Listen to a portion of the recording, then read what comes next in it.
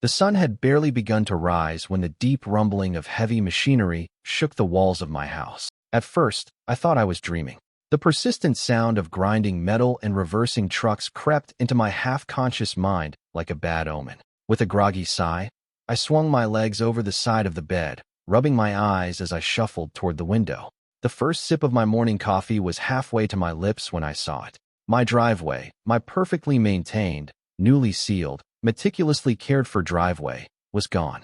In its place stretched a freshly paved road that cut right through my property, leading to nowhere in particular. For a moment, I stood frozen, staring in disbelief at the destruction outside my window. My mind struggled to process what I was seeing. Then, anger bubbled up from deep within me. I slammed my coffee mug onto the counter, ignored the burning liquid that splashed onto my hand, and stormed outside in my slippers. A cluster of construction workers in neon vests milled around a steamroller, chatting as if they hadn't just obliterated my personal property. The sharp scent of hot asphalt burned my nostrils as I stomped toward the nearest worker, who was lazily jotting something down on a clipboard. "Hey, what the hell is going on here?" My voice cut through the early morning air like a whip. The worker, a lanky guy with a patchy beard, barely looked up from his clipboard. "HOA orders, sir," he said, flipping through his paperwork. "We're extending the road for better traffic flow." I clenched my jaw so hard my teeth ached. This isn't a public road. This was my driveway. The man finally glanced up at me, seemingly unfazed. "Well, it's a road now." Blood pounded in my ears. "Who approved this? Who gave you permission to tear up my property?" The worker shrugged. "That's an HOA question. We just do what's on the work order." I took a deep breath, forcing myself to stay calm. There was no point in arguing with the crew. They were just doing their jobs. No, the real culprits here were the HOA. My neighborhood's homeowners association had always been a nightmare, enforcing absurd rules with an iron fist. They once fined a neighbor $500 because his Christmas lights were still up on January 3rd. Now, it seemed they had gone from petty annoyances to outright illegal activities. I spun on my heel and marched toward the one person responsible for this mess.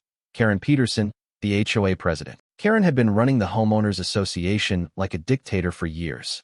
The woman probably had a handbook for how to make people's lives miserable. She was the type to peer out her window with binoculars, just waiting to catch someone in violation of an arbitrary rule. If anyone had authorized this insanity, it was her. The short walk to Karen's house did nothing to cool my anger. When I reached her front door, I jabbed the doorbell with more force than necessary. A few seconds later, the door swung open to reveal Karen's ever-practiced smile, the one that never quite reached her eyes. She was dressed in a beige pantsuit, a pearl necklace resting neatly against her collarbone. Everything about her screamed perfection, but I knew better. "Oh, Mr. Davis. What a lovely surprise." Her voice was dripping with fake enthusiasm. "Cut the act, Karen. My patience was wearing thin.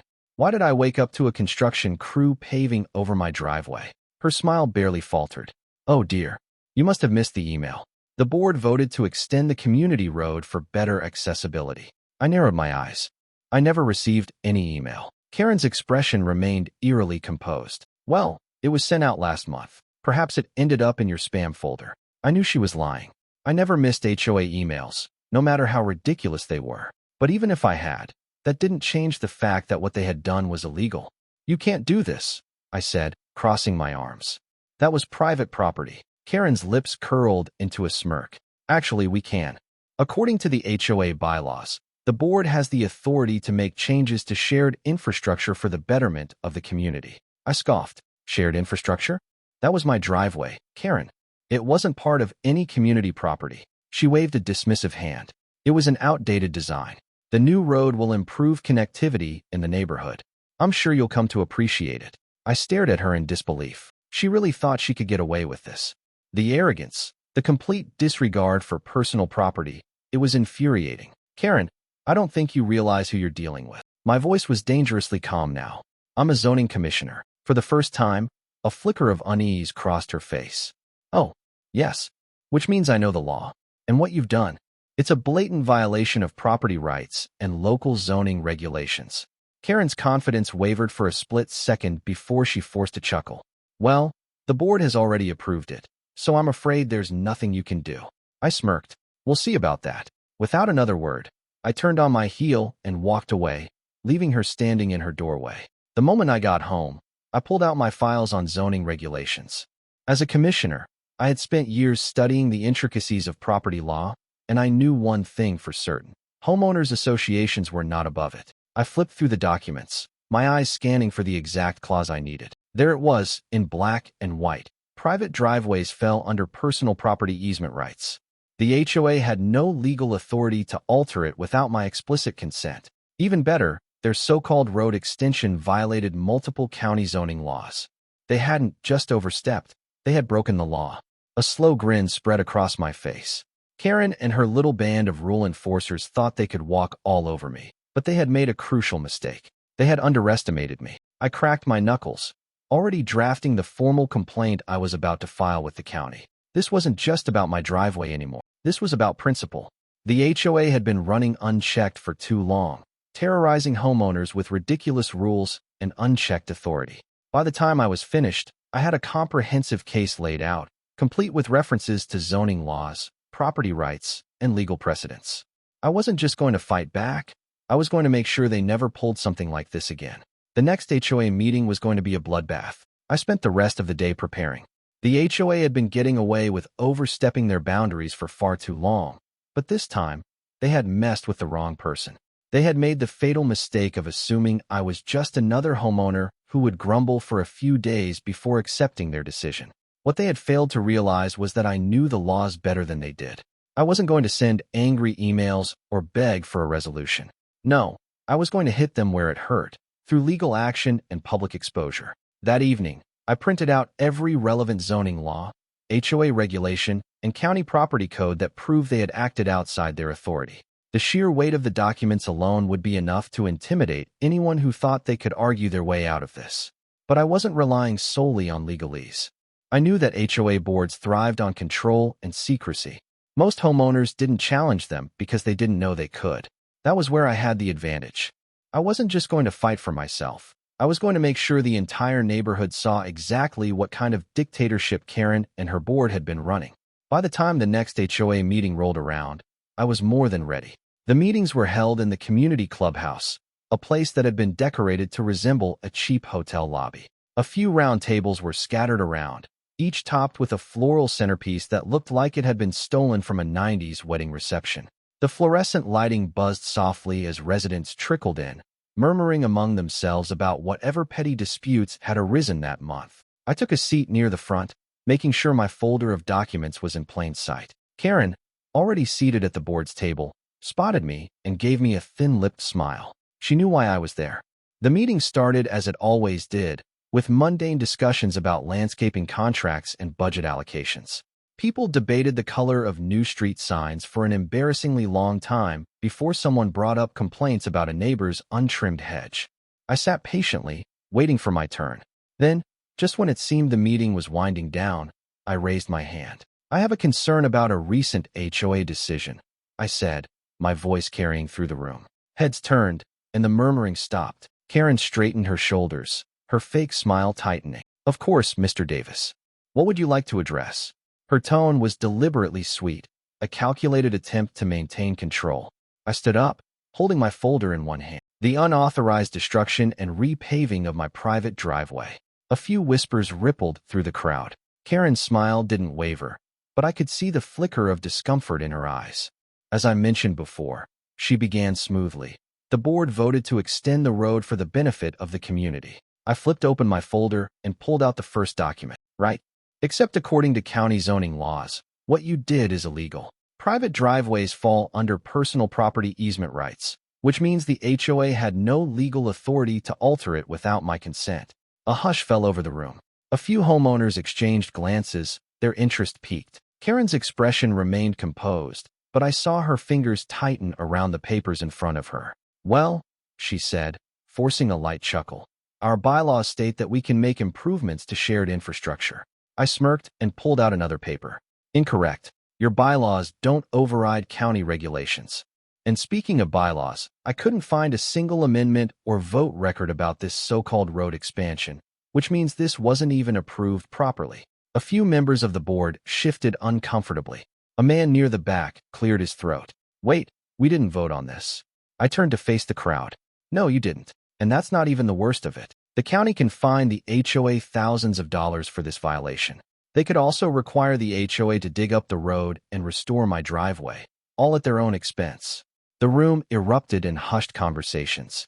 Karen's face had lost a bit of its color. She glanced at the other board members, but none of them seemed eager to back her up. I wasn't done yet. Furthermore, I continued, this is a pattern. How many of you have been fined for ridiculous infractions? How many of you have felt like you had no choice but to comply with rules that don't even hold up legally? A few people nodded, and suddenly a woman in the front row spoke up. They fined me $200 because my flower pots weren't HOA-approved colors. Another man chimed in. They threatened to put a lien on my house over a mailbox that was 2 inches too tall. Now the meeting had turned. The homeowners weren't just listening anymore. They were getting angry. Karen sensed the shift and tried to regain control. I assure you, she said, voice tight, everything the HOA does is for the benefit of the community. I shook my head. No, it's for the benefit of a few people at the top who get to make up rules as they go. But not anymore. With that, I pulled out the final paper. I've already filed a formal complaint with the county. There will be an investigation into this road expansion and other questionable practices. If found guilty of overreach, the HOA could face legal action. Karen's composure cracked. You can't just go around reporting the HOA. I raised an eyebrow. Actually, I can. And I have. Silence. Then a man in the second row chuckled. Well, damn. The meeting unraveled after that. People started talking over each other, demanding explanations from Karen and the board. Someone called for an emergency reevaluation of the HOA's policies. Karen, realizing she was rapidly losing control, tried to call for order, but the damage was done. The homeowners weren't afraid of her anymore. They were angry. As the meeting descended into chaos, I leaned back in my chair, satisfied. This was only the beginning. The HOA had thought they could walk all over me, that they could do whatever they wanted without consequence. But they had forgotten one crucial detail.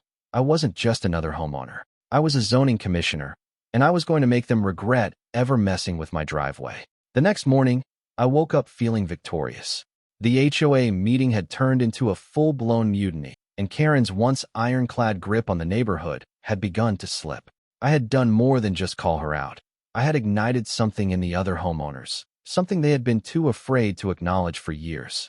People were tired of being bullied, tired of being nickel-and-dimed over nonsense, tired of living under the rule of an unhinged HOA board. But just because I had won one battle didn't mean the war was over. I knew Karen well enough to expect retaliation. She wasn't the type to back down quietly. If anything, she would dig her heels in even deeper. Sure enough, when I stepped outside to grab my newspaper, I found a bright red notice taped to my front door.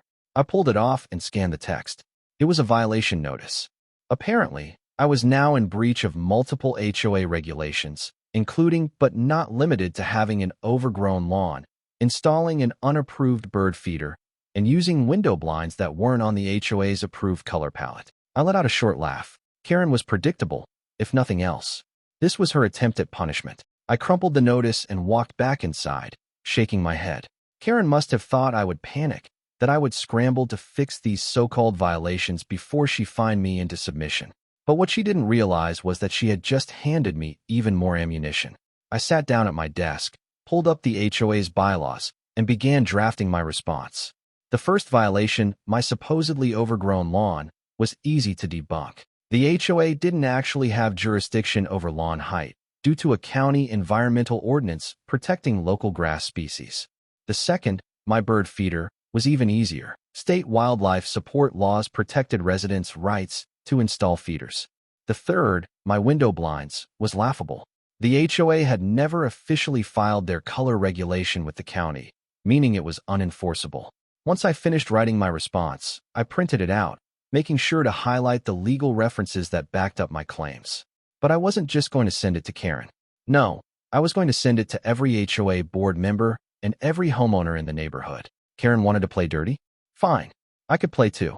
I stapled a copy of my rebuttal to the violation notice and walked it over to the HOA Dropbox, making sure to send a digital copy to the community email list as well. By lunchtime, my phone was buzzing with messages from neighbors who had received the email. Some were laughing. Others were asking if I could help them fight their own bogus violations. Word spread fast. By the afternoon, People started showing up at my house. My next-door neighbor, a retired veteran named Jenkins, was the first to knock on my door. He had lived in the neighborhood longer than anyone and had a reputation for not taking nonsense from anyone. When I opened the door, he let out a low chuckle and waved the printed copy of my email. "Son, I think you just started a revolution," he said. I invited him in, and soon more neighbors followed. We gathered in my living room, swapping horror stories about the HOA's absurd fines and power plays.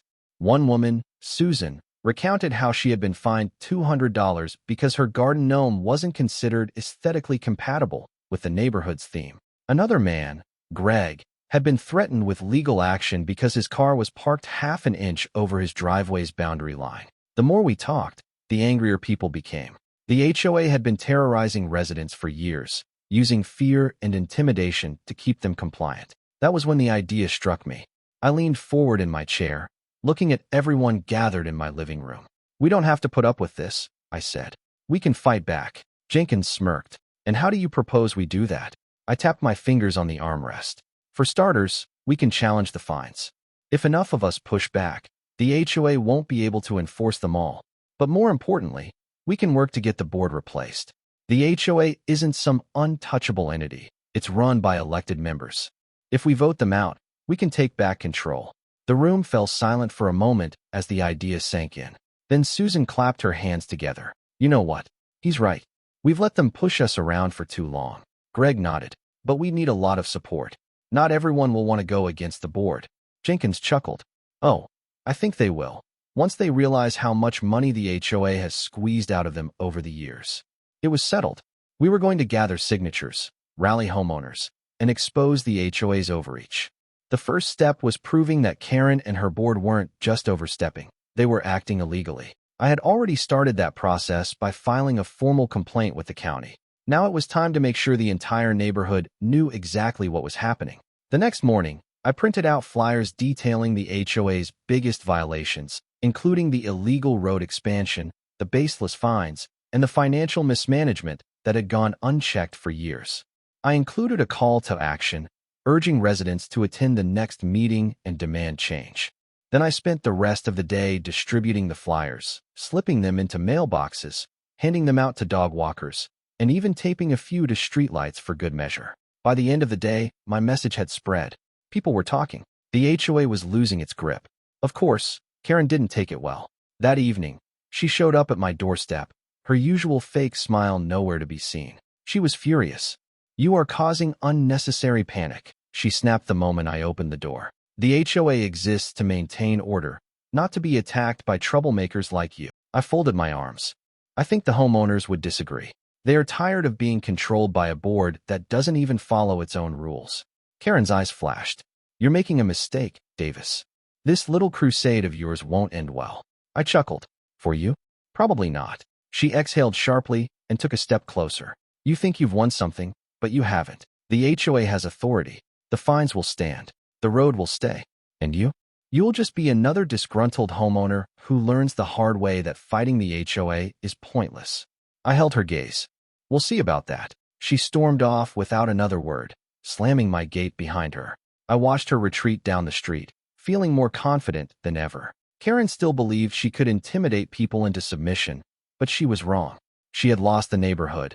She just didn't know it yet. As I turned back toward my house, my phone buzzed. It was an email from the county zoning office.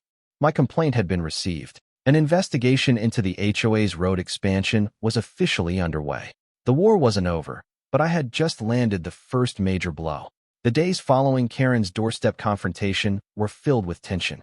The neighborhood had never been this divided before, but not in the way she had hoped. Instead of siding with the HOA, more homeowners started speaking up, sharing their own stories of ridiculous fines, unfair treatment, and arbitrary rules. The once silent frustrations of the community had turned into a steady roar of resistance. Everywhere I went, people stopped me to thank me for standing up to the HOA, and more than a few asked how they could help. Despite her usual arrogance, Karen had to have realized that she was losing control. I could tell because her retaliation attempts became even more desperate. The very next morning, another violation notice appeared on my door, this time claiming that my mailbox was non-compliant with community aesthetics. It was the exact same mailbox I had installed years ago, one that had never been an issue before. It was laughable. Karen was grasping at straws, trying to make my life as difficult as possible, hoping I would crack under the pressure. But every time she pushed, it only fueled my determination to bring her reign to an end. I didn't just ignore the notice. I used it against her. I compiled all the petty violations she had issued against me and several of my neighbors, then included them in the growing file I was preparing for the county. Every false citation, every bogus fine, every abuse of power was meticulously documented. The beauty of bureaucracy was that it worked both ways. If she wanted to use HOA rules as a weapon, I was going to use the law as a hammer. The next big move came when a county zoning inspector arrived in the neighborhood to assess the illegal road expansion. A few residents had gathered on their porches, pretending to go about their day, but clearly keeping an eye on what was happening. The inspector, a middle-aged man with a clipboard and a no-nonsense attitude, didn't waste time. He took measurements, examined property lines, and asked pointed questions. I had given him everything he needed to prove that the HOA had overstepped, and he took his job seriously. Karen must have caught wind of the inspection because she showed up halfway through, her usual composure replaced with a forced pleasantness that didn't fool anyone. She approached the inspector with a bright, overly cheerful tone that screamed damage control. "Oh, what a wonderful surprise," she said, clasping her hands together as if she had invited him herself. "I wasn't aware there was an inspection scheduled today." The inspector barely looked up from his clipboard. It wasn't scheduled by the HOA. It was requested by a homeowner as part of a formal zoning complaint. Her lips thinned, but she quickly recovered. "Well, I'm sure there's been a misunderstanding. The road expansion was done to benefit the community." The inspector flipped through his notes. "The issue isn't whether or not the expansion was beneficial, it's whether it was done legally. And from the preliminary assessment, it appears the HOA did not have the necessary permits to alter private property." Karen's smile faltered. "Well, I'm sure we can get that sorted out." The inspector made a final note before looking up. "You'll have to. Otherwise, the county may issue a fine or require the HOA to reverse the changes." She didn't respond to that. There was nothing she could say. The moment the inspector walked away, she turned and locked eyes with me. For the first time since this all started, I saw a real panic in her expression. She knew she was cornered. That evening, another emergency HOA meeting was scheduled. The official notice claimed it was a routine discussion about community improvements, but everyone knew the real reason. The HOA was scrambling. They were trying to contain the fire before it spread any further. What they didn't realize was that it was already out of control. By the time I arrived at the clubhouse, the place was packed. Usually, these meetings were attended by the same dozen or so people, mostly the board members and a handful of residents who had nothing better to do. But tonight, it seemed like half the neighborhood had shown up. People who had never cared about HOA matters before were here, talking in hushed voices, waiting to see what would happen next. Karen sat at the head of the table, flanked by the rest of the board members, most of whom looked uncomfortable. It was clear that not all of them wanted to go down with her. As the meeting was called to order, Karen did her best to pretend like everything was fine, launching into the usual scripted nonsense about community values and property aesthetics. But she couldn't avoid the elephant in the room for long. Eventually, someone stood up and demanded an explanation for the illegal road work. Another resident asked about the zoning violation notice that had been delivered to the HOA earlier that day. The questions came faster than Karen could answer them, and before long, the room had erupted into an argument. Homeowners were yelling over each other, listing their grievances, pointing out how much money they had been forced to pay in fines over the years. Karen tried to maintain order, but her voice was drowned out by the rising tide of discontent. One of the board members, an older man who had always seemed reluctant to side with her, finally spoke up. "I think we need to reconsider how this HOA is being run," he said. "There have been too many complaints, too many questionable decisions. Maybe it's time for new leadership." A murmur of agreement rippled through the crowd. Karen's face went pale. I don't think that's necessary. The board is functioning perfectly well." But it was clear that no one believed her anymore. People had seen the truth. The illusion of the HOA's power had been shattered.